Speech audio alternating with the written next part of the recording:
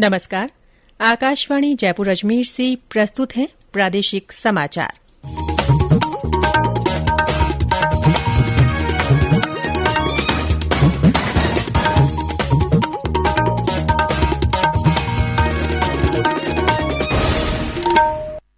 मुख्य समाचार।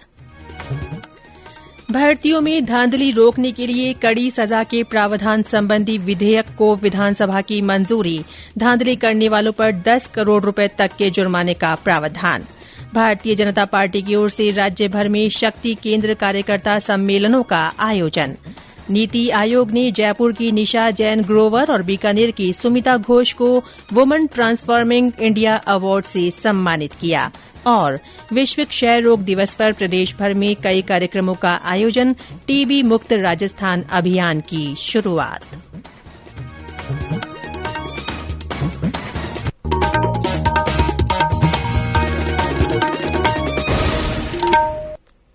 समाचारों के साथ मैं रितिका गुप्ता और अब समाचार विस्तार से।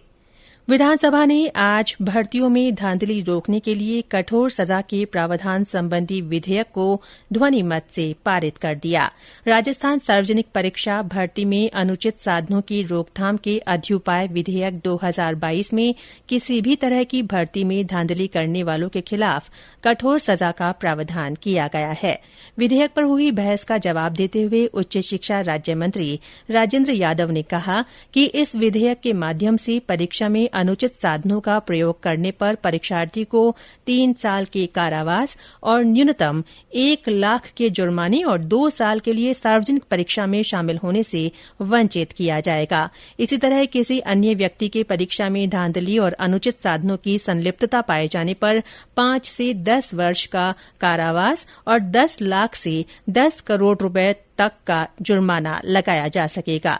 उन्होंने कहा कि अपराध से प्राप्त चल और अचल संपत्ति को भी कुर्क किया जा सकेगा।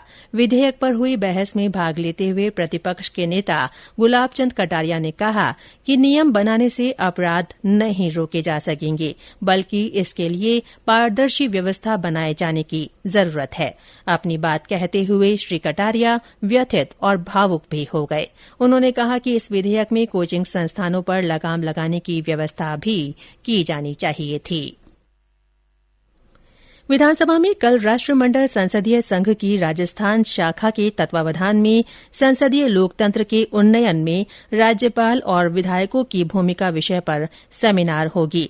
राज्य विधानसभा और राष्ट्रमंडल संसदीय संघ की राजस्थान शाखा के अध्यक्ष डॉ सीपी जोशी ने बताया कि ये सेमिनार सुबह 11 बजे से होगी। विधानसभा में कल सुबह सर्वश्रेष्ठ विधायकों का सम्मान किया जाएगा। भारतीय जनता पार्टी ने प्रदेश में विधानसभा चुनाव की तैयारी शुरू कर दी है। पार्टी को मजबूत बनाने के लिए बूथ स्तर पर कार्यकर्ताओं को जागरूक और गतिशील बनाने का काम किया जा रहा है। इसके लिए शक्ति केंद्र कार्यकर्ता सम्मेलन आयोजित हो रहे हैं। आकाशवाणी से विशेष बातचीत में पार्टी के प्रदेश अध्यक्ष डॉ सतीश पूनिया ने कहा कि कल से पूरे प्रदेश में पन्ना प्रमुख नियुक्त किए जाएंगे। ये काम 6 अप्रैल तक चलेगा। उन्होंने कहा कि भाजपा संगठन को मजबूत करने पर हमेशा जोर देती है। उन्होंने कहा कि पार्टी के कार्यकर्ता गांव-गांव तक केंद्र सरकार की कल्याणकारी नीतियों को पहुंचाएंगे। 52,000 बूथ तक हमारा संगठन और स्ट्रक्चर खड़ा कर लें, उसका काम शुरू हो गया और यही वो कारक होगा जो पार्टी को एक बड़ी जीत दिलवाएगा। इसलिए पहली तैयारी तो पार्टी का जो हमारा मंडल है वो सशक्त हो, बूथ समिति सक्रिय हो, पन्ना प्रमुखों की नियुक्ति हो। तो इसकी 6 अप्रैल की मियाद है, जब भारतीय जनता पार्टी का स्थापना दिवस है, उस तक ये पूरा कर लेंगे। पार्टी का काम जितना विकेंद्रीकृत होगा उतनी ही पार्टी नीचे ग्रास रूट तक जाएगी, पार्टी की ताकत बढ़ेगी। शक्ति केंद्र वो है जो नीचे बूथ तक हमारी पार्टी की रीति नीति को, पार्टी के कामकाज को नीचे तक पहुंचाते हैं। इसलिए शक्ति केंद्र इस बदलाव का बड़ा कारण होगा, इसलिए शक्ति केंद्रों को फोकस किया है। प्रधानमंत्री नरेंद्र मोदी कल सुबह राजस्थान के भाजपा सांसदों से नई दिल्ली में अपने आवास पर मुलाकात करेंगे।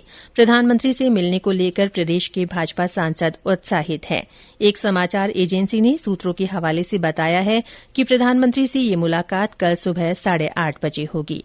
संसद सत्र के दौरान प्रधानमंत्री मोदी सभी राज्यों के सांसदों से मुलाकात करते हैं।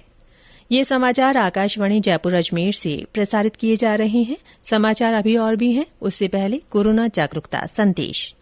चलो मिलकर एक शुरुआत करें, चलो एक फैसला आज करें, मास्क नहीं तो टोकेंगे, कोरोना को रोकेंगे, चलो एक इरादा करते हैं, चलो कुछ वादा करते हैं, मास्क नहीं तो टोकेंगे, कोरोना को रोकेंगे।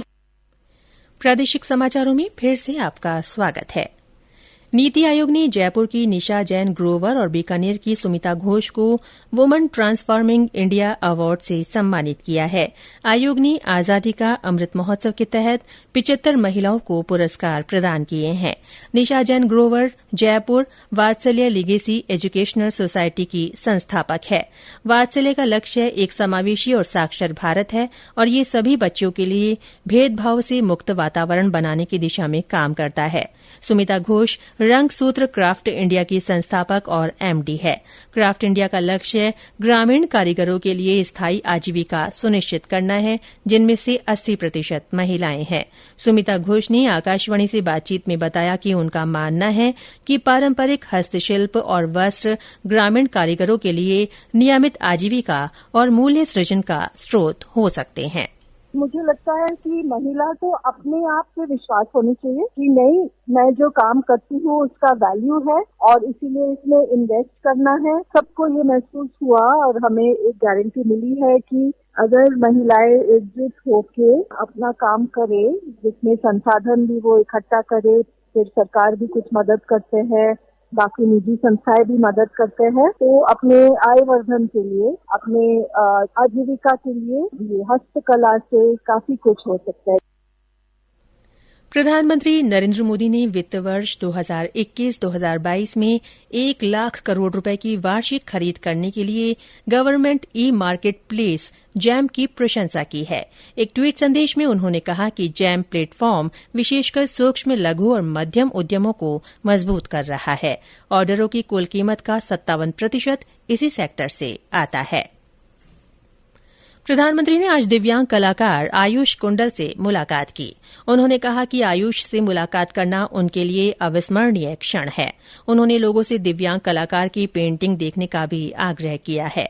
कई ट्वीट्स में प्रधानमंत्री ने कहा कि आयुष ने जिस प्रकार पेंटिंग में महारत हासिल की और अपनी भावनाओं को पैर की उंगलियों से आकार दिया, वो हर किसी को प्रेरित करने वाला है। आज विश्व क्षय रोग दिवस है। इस अवसर पर प्रदेश भर में आज से टीबी मुक्त राजस्थान अभियान की शुरूआत हुई। अभियान के दौरान जन जागरण गतिविधियों के साथ आम जन को टीबी रोग के प्रति जागरूक किया जा रहा है। करौली और दौसा जिलों में रैली निकाली गई। अलवर में आयोजित कार्यक्रम में उत्कृष्ट कार्य करने वाले नर्सिंग कर्मचारियों को सम्मानित किया गया। बारां में मुख्य चिकित्सा एवं स्वास्थ्य अधिकारी डॉ संपत राजनागर ने जागरूकता रथ को हरी झंडी दिखाकर रवाना किया। सीकर में जिला कलेक्टर ने क्षय उन्मूलन के लिए काम करने वाले स्वास्थ्य कर्मियों को एक समारोह में सम्मानित किया। झालावाड़ में आयोजित जिला स्तरीय कार्यक्रम में क्षय रोग अधिकारी ने बताया कि जिले में 3000 से ज्यादा टीबी मरीजों का इलाज चल रहा है। उन्होंने टीबी उन्मूलन कार्यक्रम को सफल बनाने के लिए लोगों को ज्यादा से ज्यादा जागरूक करने की बात कही। बूंदी जिले में टीबी के रोगियों को प्रशासन की ओर से पोषक आहार किट वितरित किए गए। केंद्रीय स्वास्थ्य मंत्री डॉ मनसुख मांडविया ने 2025 तक भारत को टीबी से मुक्त कराने का संकल्प दोहराया है। विश्व क्षय रोग दिवस के अवसर पर एक ट्वीट में श्री मांडविया ने कहा कि अच्छी स्वास्थ्य देखभाल और अत्याधुनिक उपचार तक पहुंच कायम करते हुए ये लक्ष्य हासिल किया जाएगा। उन्होंने कहा कि क्षय रोग की रोकथाम और उपचार संभव है। श्री मांडविया ने आज नई दिल्ली में विज्ञान भवन में step up to end TB विश्व टीबी दिवस शिखर सम्मेलन का उद्घाटन किया। प्रदेश में पिछले 24 घंटों में तापमान में कोई खास परिवर्तन नहीं हुआ है। अधिकतम तापमान 40 डिग्री सेल्सियस से नीचे और न्यूनतम तापमान 20 से 25 डिग्री सेल्सियस के बीच बना हुआ है। सबसे ज्यादा 39.8 डिग्री सेल्सियस तापमान डूंगरपुर में दर्ज किया गया। प्रदेशवासियों को इन दिनों तेज गर्मी और लू से राहत मिली है। प्रधानमंत्री नरेन्द्र मोदी आगामी रविवार को आकाशवाणी से मन की बात कार्यक्रम में अपने विचार साझा करेंगे। मासिक रेडियो कार्यक्रम की ये 87वीं कड़ी होगी। कार्यक्रम के लिए प्रधानमंत्री ने देश के नागरिकों से उनके विचार और सुझाव आमंत्रित किए हैं। श्रोता MyGov और नमो ऐप पर अपने विचार और सुझाव साझा कर सकते हैं। टोल फ्री नंबर 1800-117800 पर भी संदेश रिकॉर्ड किए जा सकते हैं। फोन लाइनें कल तक खुली रहेंगी। और अंत में मुख्य समाचार एक बार फिर। भर्तियों में धांधली रोकने के लिए कड़ी सजा के प्रावधान संबंधी विधेयक को विधानसभा ने मंजूरी दी। धांधली करने वालों पर 10 करोड़ रुपए तक के जुर्माने का प्रावधान। भारतीय जनता पार्टी की ओर से राज्य भर में शक्ति केंद्र कार्यकर्ता सम्मेलनों का आयोजन किया जा रहा है। नीति आयोग ने जयपुर की निशा जैन ग्रोवर और बीकानेर की सुमिता घोष को वुमेन ट्रांसफॉर्मिंग इंडिया अवार्ड से सम्मानित किया है। और विश्व क्षय रोग दिवस के अवसर पर प्रदेश भर में कई कार्यक्रम आयोजित हुए। टीबी मुक्त राजस्थान अभियान की शुरुआत हुई। इसी के साथ प्रादेशिक समाचार बुलेटिन समाप्त हुआ। नमस्कार।